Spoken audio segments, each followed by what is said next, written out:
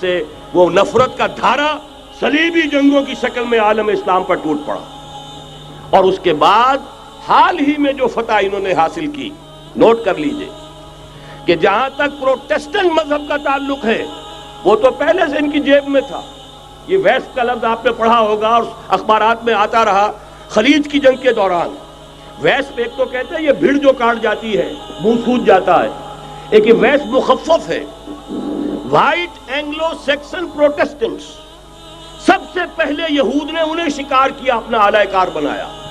یہی وجہ ہے، آپ کو معلوم ہے 1917 میں انگریزوں کے ذریعے سے انہیں یہ اجازت ملی کہ فلسطین میں زمینیں بھی خرید سکتے ہیں، جائیدادیں بھی خرید سکتے ہیں۔ بالفور ڈیکلریشن، انگلستان کا وزیر خارجہ تھا جس نے کہ یہ اجازت دلوائی ہے، ورنہ یہ کہ خلافت عثمانیہ جب تک قائم رہی ہے، خلیفہ عثمانی ترک خلیفہ نے اجازت نہیں دی، اس لیے کہ حضرت عمر رضی اللہ تعالیٰ عنہ نے، یہ بھی اب تاریخ کی ایک حقیقت بیان کر رہا ہوں جو شاید بہت سے حضرات کے علم میں نہ ہو، کہ جب یروشلم کے عیسائیوں نے سرنڈر کیا ہے یروشلم، حضرت عمر آئے ہیں، تشریف لائے ہیں مدینہ منورہ سے چارج لینے کے لیے، اس وقت جو ٹریٹی لکھی گئی ہے، جو معاہدہ ہوا ہے، اس میں وہاں کے یہودیوں، یہاں کے عیسائیوں نے طے کرایا تھا کہ یہاں آپ یہودیوں کو آباد ہونے کی اجازت نہیں دیں گے۔ یہودی آ سکتا ہے، زیارت کر سکتا ہے، اپنے مقامات مقدسہ کو آ کر دیکھ سکتا ہے، یہاں آباد نہیں ہو سکتا۔ اور یہ کون شرط رکھ رہا ہے؟ عیسائی۔ اس وقت تک عیسائیوں کی دشمنی یہودیوں کے ساتھ اس درجے میں تھی، اور یہی حضرت عمر رضی اللہ تعالیٰ عنہ کی وہ شرط تھی کہ سلاطین عثمانیہ، خلفاء عثمانیہ نے بھی، حالانکہ یہودیوں نے بڑی سے بڑی رشوت دینے کی کوشش کی ہے، سلطان عبدالحمید خان کو یوں سمجھیے کہ سیم و زر سے خریدنے کی کوشش کی ہے، لیکن اس کے باوجود ان کا کہ جو فیصلہ حضرت عمر کر گئے تھے، جو کمٹمنٹ رضی اللہ تعالی عنہ ان کی ہے، میں اس سے سر منہ انحراف نہیں کر سکتا۔ اصل میں اسی کی تو صدا ہے جو فری میسنری کے ذریعے سے خلافت کا خاتمہ کرایا گیا، کہ یہی سب سے بڑی رکاوٹ ہے۔ اگر خلافت ختم نہ ہوتی اور اگر کہیں جہاد کا اعلان خلیفہ عثمانی کی طرف سے ہو گیا ہوتا تو یہ کہی تھی بات، جب حضرت شیخ الہند رحمۃ اللہ علیہ جب یہ اسیری میں تھے مالٹا میں، تو وہاں کا انگریز کمانڈنٹ، اس نے چونکہ وہ کچھ مرید ہو گیا تھا یا کم سے کم عقیدت مند ہو گیا تھا، ایک روز حضرت شیخ الہند نے ان سے سوال کیا اس شخص سے کہ آپ لوگ ہماری خلافت کے پیچھے کیوں پڑے ہوئے؟ یہ تو بیمار، تم خود کہتے ہو، یورپ کا مرد بیمار ترکی، آپ کو کیا ڈر ہے اس سے؟ آپ کیوں اس بیچاری خلافت کے در پہ ہیں؟ اس شخص نے جواب دیا تھا، مولانا اتنے بھول پن کے ساتھ بات نہ کیجئے، ہم بھی جانتے ہیں، آپ بھی جانتے ہیں، اگر کہیں خلافت عثمانیہ کی طرف سے جہاد کا اعلان ہو گیا تو پورے عالم اسلام سے لاکھوں مسلمان اپنے سروں سے کفن باندھ کر نکل آئیں گے۔ آج اس گئے گزرے دور میں بھی اس کمزور اور یوں سمجھیے کہ نام نہاد خلافت کے اندر اتنی جان ہے، اتنی طاقت، لہذا اس کو ختم کیا گیا، اور ختم کرایا گیا کن کے ذریعے سے؟ وہ جو مسلمان کہلاتے ہیں تھے فری میسن، مصطفیٰ کمال پاشا فری میسن، اور اس کے ذریعے سے انہوں نے سارے کام جو کروائے وہ در حقیقت اپنے سازشوں کے ذریعے سے اور مسلمانوں کو استعمال کر کے کروائے۔ بہرحال بات لمبی ہو رہی ہے، پہلی بات تو یہ ہے کہ وہی نقشہ اس وقت کا آج بھی ہے جہاں تک یہودیوں کا تعلق ہے، لیکن فرق یہ واقع ہو گیا کہ اس وقت عیسائی یہودیوں کے تابع نہیں تھے، بلکہ عیسائیوں اور یہودیوں کے مابین دشمنی تھی۔ آج یہودی عیسائیوں پر مسلط ہو چکا ہے، فرنگ کی رگے جاں پنجے یہود میں ہے، اور آج کے فرنگ کا لیڈر امریکہ ہے۔ امریکہ کا صدر یوں سمجھیے کہ وہ ان یہودیوں کا غلام ہے، مجال نہیں کہ ان کی مرضی سے ادھر سے ادھر ہو جائے، اور اگر کوئی غلطی سے ادھر سے ادھر ہو جائے تو اس کا پتہ چاک ہو جائے گا۔ آپ دیکھیے کیا حشر ہوا ہے بش کا، حالانکہ بہت بڑا ہیرو بن کر نکلا تھا گلف وار سے، لیکن ذرا سا ایک بیان دے دیا تھا کہ جو اسرائیل کو پسند نہیں آیا، تو جو الیکشن میں چاروں شانے چت ہوا ہے اس کا جو حشر ہوا ہے وہ دیکھ لیجیے۔ تو پہلی بات تو یہ سمجھ لیجئے کہ آج بھی یہودی، یہ نیو ورلڈ آرڈر ہے، نیو ورلڈ آرڈر، اور اس میں عیسائی دنیا اس کی اعلی کار ہے۔ اب صورتحال کیا ہے؟ عیسائی دنیا، میں ایک بات بتا رہا تھا بیچ میں رہ گئی، کہ جہاں تک پروٹیسٹنٹ عیسائی تھے وہ تو پہلے ان کے ہاتھ میں تھے، حال ہی میں انہوں نے جو فتح حاصل کی ہے وہ کیتھولک عیسائیت کو بھی اپنے ہاتھ میں لے لیا ہے۔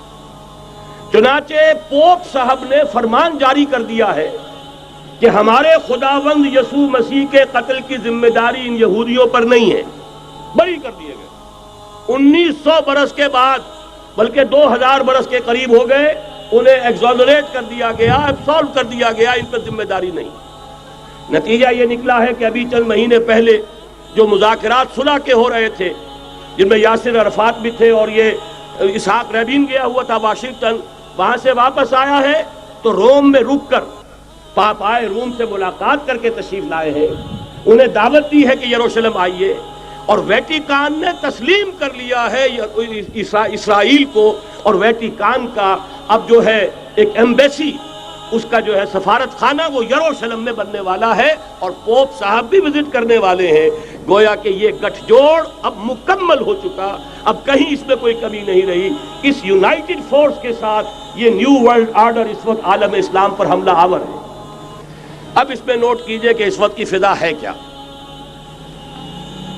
عالم اسلام میں سے عالم عرب ان کے شکنجے میں جا چکا، کیوں بنا کر کھڑے ہوئے ہیں اسرائیل کو ماننے کے لیے اور سر تسلیم خم کرنے کے لیے۔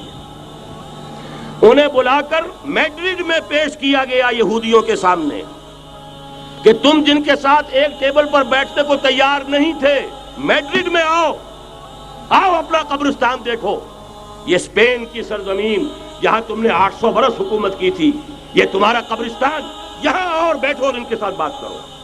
گئے تھے کہ نہیں تمام فرنٹ لائن سٹیٹس میڈرڈ میں؟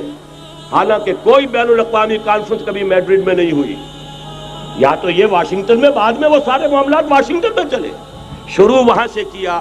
اس لیے کہ نیوز ویک کا کچھ عرصے پہلے کور سٹوری جو تھی 1992 is the year of Spain. Why? 1592 was the year of the fall of Granada. 1492 میں 1492 میں غرناطہ کا سقوط ہوا، اور پورے آئیبیرین پیننسولا سے ایک ایک مسلمان بچہ نکال کر ختم کر دیا گیا، یا زندہ جلا دیے گئے، یا تہہ تیگ کر دیے گئے، یا جہازوں میں بھر بھر کر۔ اور آپ کو معلوم ہے میڈیٹرینین کی حیثیت کیا ہے، خلیج ہے، ایک معمولی سی خلیج، ادھر سے اسپین کا ساحل قریب آ جاتا ہے، اسپین کے ساحل سے جہازوں میں بھرا اور نارتھ افریقہ کے ساحل کے اوپر پھینک کر آ گئے۔ پورے ہسپانیہ میں جہاں 800 برس مسلمان کی حکومت رہی، ایک بچہ بھی مسلمان نام کا موجود رہا۔ یہ تھا 1492، اور اب آیا تھا 1992۔ 1992 is the year of Spain۔ اسی لیے ورلڈ اولمپکس رکھے گئے، وہاں دلہن کی طرح سجایا گیا ہسپانیہ کو، اور بلایا گیا، طلب کیا گیا، سمن کیا گیا تمام دول عرب کو، آؤ یہاں بیٹھو، اور یہاں بیٹھ کر اپنے ان یہودی دشمنوں کے ساتھ مصالحت کی بات شروع کرو۔ بہرحال نوٹ کر لیجئے، عالم عرب جا چکا۔ کوئی دن کی بات ہے، میں سنسنی پیدا نہیں کرنا چاہتا، لیکن حالات اور واقعات سے نگاہیں بند کرنا بھی کوئی دانش مندی کی بات نہیں ہے۔ یہ ایودھیا کی مسجد شہید کی گئی، ابھی یہ ایک بہت بڑا مزار جو ہے شہید کیا گیا، اور اس کے ساتھ کئی مسجدیں شہید کی گئی۔ یہ سب کیا ہے؟ یہ مسلمانوں کی نفس دیکھی جا رہی ہے کہ کوئی غیرت اور حمیت نام کی کوئی شے باقی ہے؟ جیسے علامہ اقبال نے وہ نظم لکھی تھی، عبدالقادر روہیلا بڑا ظالم جفاجو کینہ پرور تھا، لیکن یہ کہ اس نے جو ایک ٹیسٹ لیا تھا کہ وہ جو عورتیں ہیں تیموری خاندان کی، ان میں کوئی رمق رہ گئی ہے؟ معلوم ہوا کہ نہیں، کہ غیرت نام تھا جس کا گئی تیمور کے گھر سے، ختم، غیرت نکل گئی۔ اسی طرح ایودھیا کی مسجد، اب چرار شریف، اور یہ کوئی دن کی بات ہے کہ اب مسجد اقصیٰ کا نمبر آیا کہ آیا، اس کے لیے پوری تیاریاں ہو چکی ہیں۔ یروشلم کا مشرقی حصہ خالی کرایا جا چکا ہے، اس کے اندر اب پورا تسلط یہودی کر رہے ہیں، یہاں تک کہ اب کے یاسر عرفات صاحب نے بھی کچھ نہ کچھ جو ہے احتجاج کی بات کی ہے، حالانکہ اب تک ہر بات مان کر منقار زیرے پر تھا، لیکن یہ کہ ایک وقت آتا ہے آخر کار اسے بھی کچھ بولنا پڑ گیا ہے۔ لیکن یہودی اب پیچھے قدم ہٹانے والا نہیں ہے، ان کا تھرڈ ٹیمپل، تیسری مرتبہ ہیکل سلیمانی تعمیر ہونا ہے، نوٹ کر لیجئے، ان کے لیے وہ وہی کچھ ہے جو ہمارے لیے کعبہ ہے. ان کے لیے ہیکل سلیمانی بالکل وہی حیثیت رکھتا ہے جو ہمارے لیے کعبہ. وہ ہیکل سلیمانی ایک مرتبہ پہلے نبوکدنضر کے ہاتھوں مسمار ہوا، پھر سن 70 عیسوی میں ٹائٹس کے ہاتھوں مسمار ہوا. سن 70 کے بعد آج 1995 میں کتنے برس ہو گئے؟ پورے 1925 برس ہو گئے کہ ان کا کعبہ زمین بوس پڑا ہوا ہے. اب تک تو ان کا بس نہیں تھا، اب تو بس ہے کہ نہیں؟ اب ان کی حکومت ہے کہ نہیں؟ اب شاہ حسن ہو چاہے شاہ حسین، ان کے نوکر اور چاکر ہیں یا نہیں؟ اب انہیں ڈر کس کا ہے؟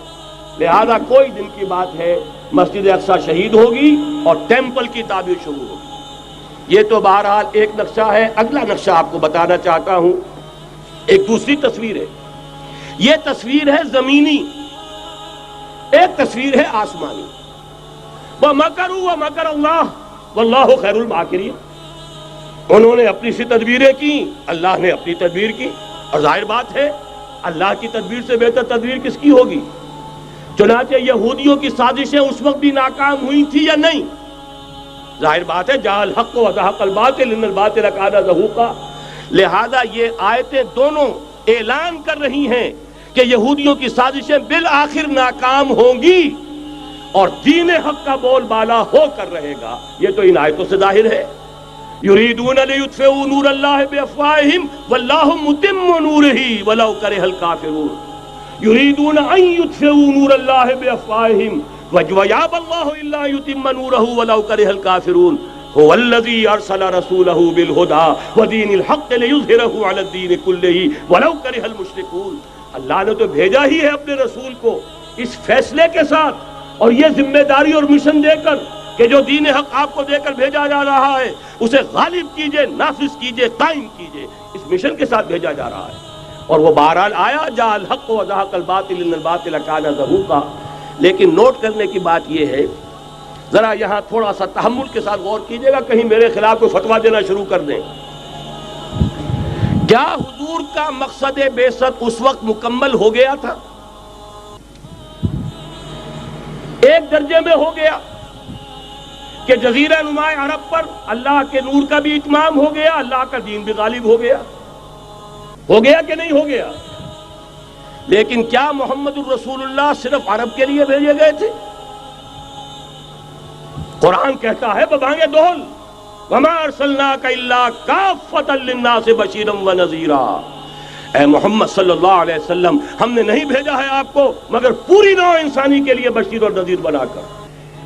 تو جان لیجئے کہ یہ مقصد بعثت محمدی صلی اللہ علیہ وسلم بتمام و کمال اس وقت پورا ہوگا جب کل عالم انسانیت پر، کل روئے ارضی پر اللہ کا دین اسی طرح غالب ہو جائے گا جس طرح کہ محمد رسول اللہ والذین معہ صلی اللہ علیہ وسلم ورضی اللہ تعالی عنہم اجمعین، ان کے ہاتھوں سے، ان کے ایثار سے، ان کی قربانیوں سے، جن کا نقشہ آپ کے سامنے مولانا کھینچ چکے ہیں، ان کے اثار، ان کی قربانیاں، ان کی محنت، ان کی جفا کشی، ان کی سرفروشی، ان کے جان تن من دھن لگا دینے کے نتیجے میں جیسے اس وقت غالب ہوا تھا کل روئے ارضی پر غالب ہوگا، تب کہیں جا کر مقصد بعثت محمدی مکمل ہوگا. یہی وجہ ہے اقبال نے کہا تھا وقت فرصت ہے کہاں، کام ابھی باقی ہے، نور توحید کا اتمام ابھی باقی ہے. لیکن ساتھ ہی خوشخبری بھی دی تھی، یہ چمن معمور ہوگا نغمہ توحید سے.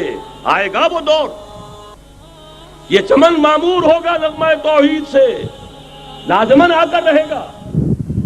هي الحلقات تحفظني بآيات من القرآن، هي الحلقات تملأني بحب المصطفى العدنان.